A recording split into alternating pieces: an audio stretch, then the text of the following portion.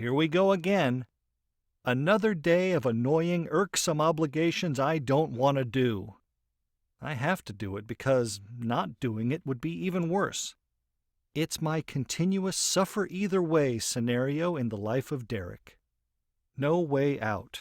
Just make the best of it. Don't screw it up, and most importantly, get it done and over with so you can squeeze in some you time with peace of mind. Balance. Got to work on balance. I can't just squeeze in life's pleasures all the time. I have made my life demanding, and I'm fighting to keep up. I, of course, get lazy, prolonging whatever agonizing task I must do for a better suited day. I'm being held captive by a power that feels greater than me. Its grip so strong that I'm too reluctant, fearful, and nervous to part ways. I just keep on moving forward with my day-to-day living with some type of motivation for a better tomorrow.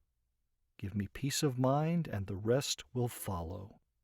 The problem is, peace of mind comes and goes all day long. Some days are better than others. My good days last temporarily like a drug slowly wearing off. I figure I must stay strong, focused, and driven if I'm to find salvation. I can have it all, I hope. It will come from knowing what works and what doesn't. I will have to keep an open mind for workable solutions I can incorporate and use. Only time will tell if I'm able to eventually enjoy most of this life I've been given. These thoughts have come to me as a result of living with OCD, Obsessive-Compulsive Disorder, since I was 12. I'm now 34 and have been struggling ever since. I have yet to hit rock bottom, but fight thoughts every day in a constant struggle to keep my anxiety level down. It can feel as if I'm on a roller coaster ride where at first you're all right and then all of a sudden your heart is racing and you want to scream. I've come to learn that not being at ease dramatically changes who I am. I become a more withdrawn person to everyone around me. I am consumed in thought as I analyze what needs to be fixed according to my OCD's rules and regulations. I can become my old self again, but at a price. The price I have always had to pay has been through my viewed behaviors and exhausting private rituals. My time, money, reputation, and occasionally my sanity are also at risk when certain attempts are made to fix an issue I'm having. The compulsions involved can build up and have had the ability to create major self-destruction for me. What I strive to do is limit my need to behave, waste, and spend in the name of OCD until I can't anymore. OCD must always eventually be taken care of, and on a bad day it will take over completely. It's a lot like having an annoying part of yourself that follows you around convincing you to do things all day. There are times when I'm even affected subconsciously through my dreams. I awake anxietized, fearing the worst has happened. I could have dreamt a situation gone badly or a mistake made that had a lasting effect on me. Needless to say, my mind is always stressing somehow. Constant concerns of what needs to be done and how it's going to be accomplished have a way of creeping into my thoughts whether I'm awake or not. A peaceful night's rest is always welcome when I can get it.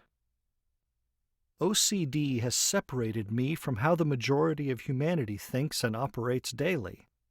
The general understanding of what is common to do can't be given complete consideration in my life.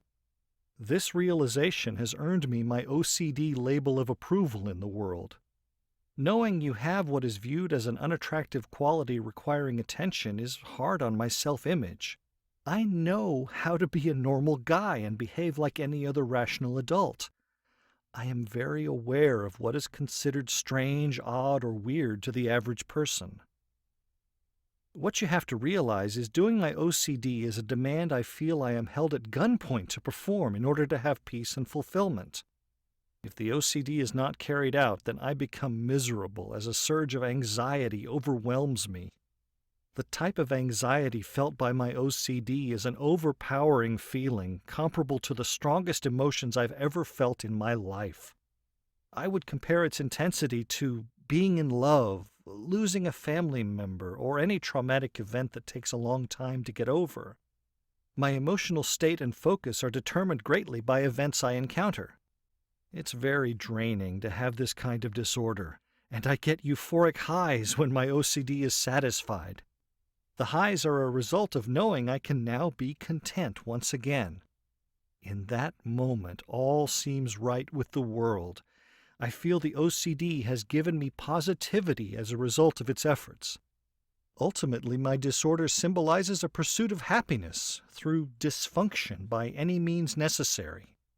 The connection between my need to be abnormal and the gratification felt afterwards has clouded my better judgment countless times. It's as if I'm in a love-hate relationship with my mind. Like an actual long-term relationship, I stay committed and try to work it out. What I am left with is a struggle to coexist with a disorder which has become the single greatest challenge in my life.